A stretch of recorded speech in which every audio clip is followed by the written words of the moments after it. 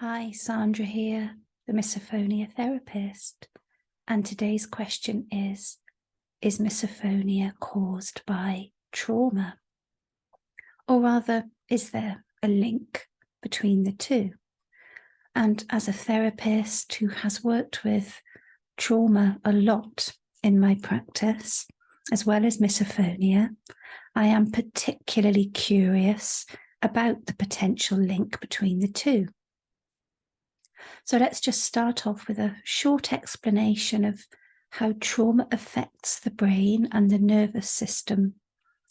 When we experience something traumatic, some people are able to process the experience and the memory will be neutralized and filed away as being no longer a problem. So the emotional content is neutralized. So the person who experienced the trauma may well still remember what happened, but thinking about it won't cause any big problems. Some people, however, are, for some reason, unable to process the memory effectively, and it's still not that clear exactly why. This means it can linger in the emotional part of the brain, causing havocs with our minds and our bodies. And even if it seems like we have forgotten about the experience, it's easy to be triggered every time we see or hear something that reminds us of the experience. And some people with PTSD, post-traumatic stress disorder, for example, may keep on reliving the memory as if it were very fresh in their minds, as if they were actually going through the experience every time they remember it. And it's not known, as I said, why some people seem to cope better than others. But for those that don't, the brain can often be very hypersensitive in some regions, and it can do weird things in its attempts to protect us, which is the job of your subconscious mind. So there's a part of the brain that still believes that we are not safe, okay, even though logically that appears to be not the case at all. So this region of the brain is called the amygdala. It communicates with the emotional memory bank all the time and will fire off warning signals whenever there's an incoming match or danger signal. The pattern is called pattern matching. So for people who develop misophonia, this signal, this warning, is likely to be a sound.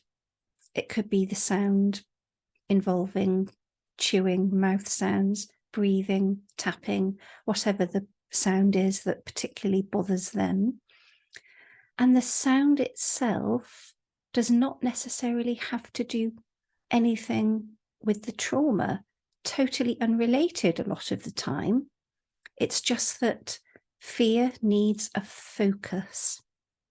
And if during the traumatic experience, the person experienced a loss of control, helplessness or powerlessness in particular, then it's little wonder that the amygdala feels a strong urge to step in and protect them whenever that feeling, the powerlessness, lack of autonomy, or loss of control and helplessness presents itself again in the future.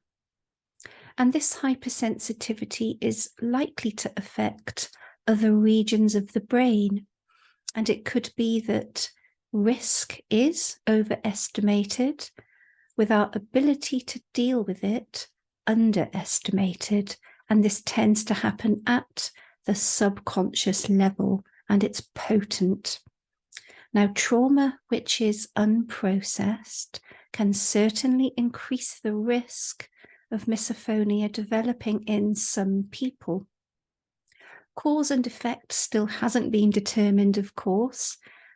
We are still unclear exactly why misophonia develops, but it does appear to be more common in people who have had some kind of trauma in their past. Although this does not mean that if you have misophonia, then you must have had some past trauma. As I said before, the cause and effect link isn't clearly established. And of course, many people with misophonia wouldn't have had trauma.